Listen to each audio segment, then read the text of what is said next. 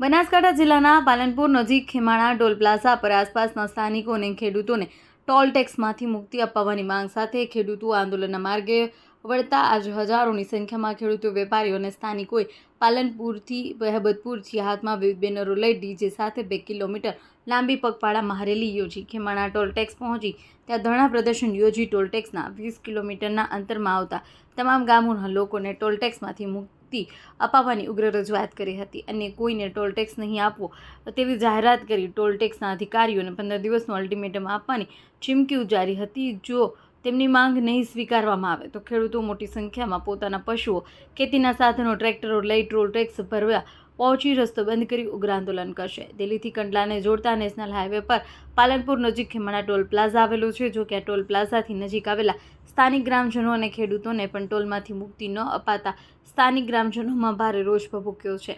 અનેક વખત toll plaza સંચાલકોને રજૂઆત કરવા છતાં કોઈ ઉકેલ ન આવતા થોડા દિવસ પહેલા ભારતીય કિસાન સંઘ નેજા હેઠળ ટોલ પ્લાઝા આસપાસ 15થી વધુ ગામોના આગેવાનો હેબતપુર પાટિયા નજીક આવેલા દેવી માતાના મંદિરે બેઠક મળી હતી, જ્યાં સ્થાનિક ગ્રામજનોએ ટોલ ટેક્સમાંથી મુક્તિ અપાવવા આંદોલનની રણનીતિ ઘડાઈ ટોલ ટેક્સના અધિકારીઓને મળી ટોલ મુક્તિ માટે રજૂઆત કરી। જો તેમની માંગ નહીં સ્વીકારાય તો 18 ઓગસ્ટે ટોલ ટેક્સ નજીક આવેલા 15થી વધુ ગામના હજારો ખેડૂતો ટોલ ટેક્સ પર એકત્રિત થઈ ધરણા કરશે તેવી ચીમકી ઉચ્ચારાઈ હતી। જોકે તેમ છતાં કોઈ નિરાકરણ ન આવતા આજે ભારતીય કિસાન સંઘના નેજા હેઠળ પાલનપુરના હેબતપુર પાટિયા પાસે 5000 જેટલા ખેડૂતો અને સ્થાનિક લોકો એકત્રિત થયા હતા, જેમાં પાલનપુર માર્બલ એસોસિએશનના વેપારીઓ સહિત અન્ય સ્થાનિક વેપારીઓ પણ જોડાયા હતા। ટોલ મુક્તિ માટે રોષે ભરાયેલા ખેડૂતો, વેપારીઓ હાથમાં બેનરો, ડીજે સાથે હેબતપુરથી ખેમાણા ટોલ ટેક્સ સુધી 2 કિલોમીટર પગપાળા રેલી યોજી સૂત્રોચ્ચાર કરતા ખેમાણા ટોલ ટેક્સ પહોંચી ખેડૂતો ટોલ ટેક્સ ઉપર બેસી ધરણા યોજી ટોલ મુક્તિ માટે સૂત્રોચ્ચાર કર્યા હતા। ટોલ ટેક્સની આજુબાજુના ગામોમાં 20 જેટલા ગામોના લોકોએ ટોલ ટેક્સમાંથી મુક્તિ આપવા અને સર્વિસ રોડ બનાવવા માટેની ટોલ ટેક્સના અધિકારીઓ પાસે ઉગ્ર રજૂઆત કરી હતી। આજે પાલનપુર તાલુકા અને અમીરગઢ તાલુકાના ખેડૂતોએ આમને જે ટોલ ટેક્સ અહીંયા આગળ લેવામાં આવે છે એમના માટે રેલી કરી છે અને એમને અમે આજથી 15 દિવસની ચીમકી આપી છે કે જો ટોલ ટેક્સ આજથી બંધ નહીં કરવામાં આવે તો અમે આવનારા સમયના અંદર, આજે તો અમે 4 થી 5000 ખેડૂતો ભેગા થયા છે, પણ આવનારા સમયના અંદર અમે ટોલ ટેક્સ બંધ કરીશું, રોડ બ્લોક કરીશું, એવા આંદોલનો પણ અમે કરીશું। અમારા અહીંના નજીકના ખેડૂતો જે પહેલાં ટોલ ટેક્સ ભરતા નહોતા અને અત્યારે આ લોકોએ આમની મનમાની કરીને અમારા જોડે જે ટોલ ટેક્સ ભરવાનું આ લોકોએ અમારા જોડે દબાણગીરી કરી છે એ તદંતર ખોટી છે। અમે નિયમ વિરુદ્ધ જઈશું નહીં, જે પણ નિયમમાં હશે એ પ્રમાણે અમે કાર્યવાહી કરીશું। બીજા નંબરના કે અહીંના જે ટોલના પ્લાઝાના જે મેનેજર છે, જે આગળ આપણે વિડીયો જોયો હતો, એ મેનેજરે જે પણ અમારા ખેડૂત સંગાતે જે પણ અકૃત્ય વર્તન કર્યું છે એ ખરેખર ખોટું છે। જો આપણા દેશનો ખેડૂત અને જો રોડ ઉપર આવવું હોય તો સરકારને 10 વખત વિચારવું પડશે કે આપણે શું કરી રહ્યા છીએ।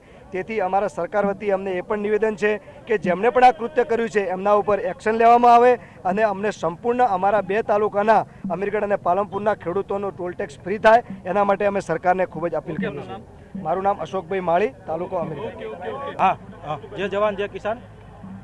આજે અહીં મોટી સંખ્યાની અંદર ખેડૂતો અને વેપારી મંડળો અને આજુબાજુના 20 ગામો જે છે એ લોકોનો પોતાનો રોષ ઠાલવા માટે આવ્યા છે, કારણ કે 1 કિલોમીટરનો બી અગર અમે આનો રોડનો ઉપયોગ કરીએ 1 કિલોમીટર બી તો બી બાર અહીંયા આગળ જે બી વેપારીઓ છે, જે ખેડૂતો છે એ લોકોને અહીંયા આગળ આવી અને ટોલ ભરવો પડે છે।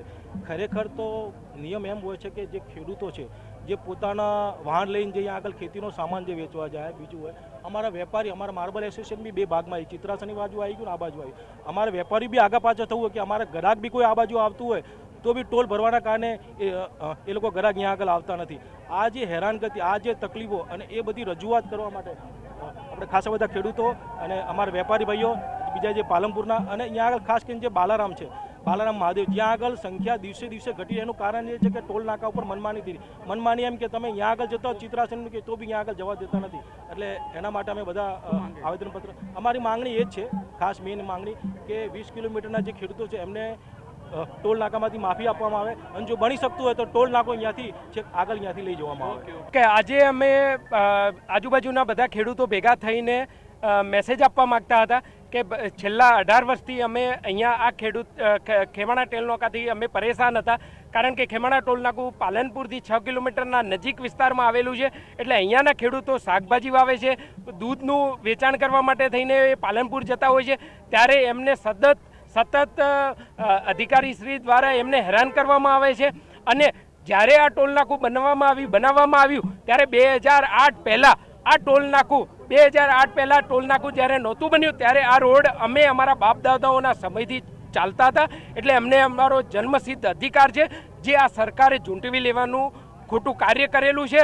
અને એટલા માટે થઈને અમે અમારો સર્વિસ રોડ માગીએ છીએ કે ભાઈ અમને અમારો સર્વિસ રોડ આપો જે અમારો મૂળભૂત અધિકાર હતો. એટલે અમારી માગણી સર્વિસ રોડ માટેની છે. અને જ્યાં સુધી અમને સર્વિસ રોડ ના મળે ત્યાં સુધી આજુબાજુના 20 કિલોમીટરના ખેડૂતોને અહીંયા ટોલ મુક્તિ આપવામાં આવે.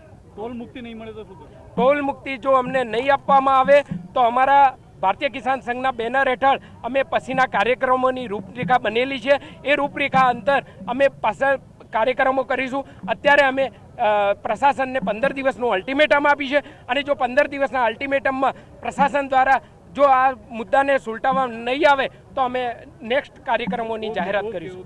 હર્ષભાઈ સંઘવી ઘણીવાર કહે છે કે કાયદામાં રહેશો તો ફાયદામાં રહેશો. અમે આ ટોલ નાકાવાળાને એવું કહીએ છીએ કે તમે કાયદામાં રહો પછી અમે કાયદામાં રહીશું.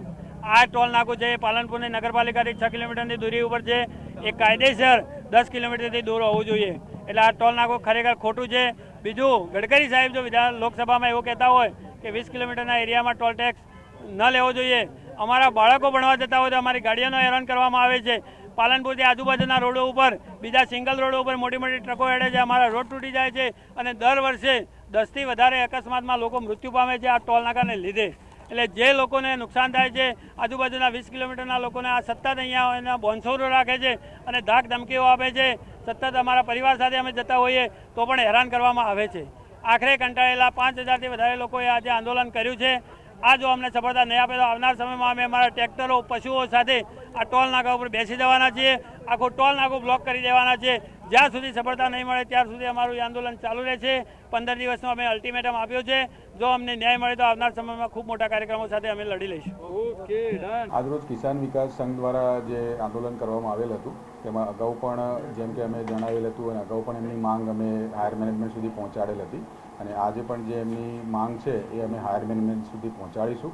અને national highway authority of India દ્વારા જે કોઈ પણ નિર્ણય લેવામાં આવશે એ સૌને માન્ય ગણાશે. સાહેબ, ટોલ ટેક્સના જે નિયમો છે 20 કિલોમીટરના અંતરમાં આવતા જે ગામો છે તેના સ્થાનિકોને મફત જવા દેવાના નિયમો છે કે એમના પાસે કેવા પ્રકારના વસૂલાત કરવામાં national highway authority of India toll fee rate notification જે 2025-26 ખેમાણા ટોલ પ્લાઝાનું જે છે એના તહેત દરેક 20 કિલોમીટરમાં રહેતા દરેક ગામના વસવાટ કરતા વિલેજર્સને 350 રૂપિયાનો લોકલ મંથલી પાસ જે છે એ એમને આપવામાં આવે છે. 350 રૂપિયા માસિક પાસ છે જે એમના ફાસ્ટેગની અંદર રિચાર્જ કરી આપવામાં આવતું હોય છે.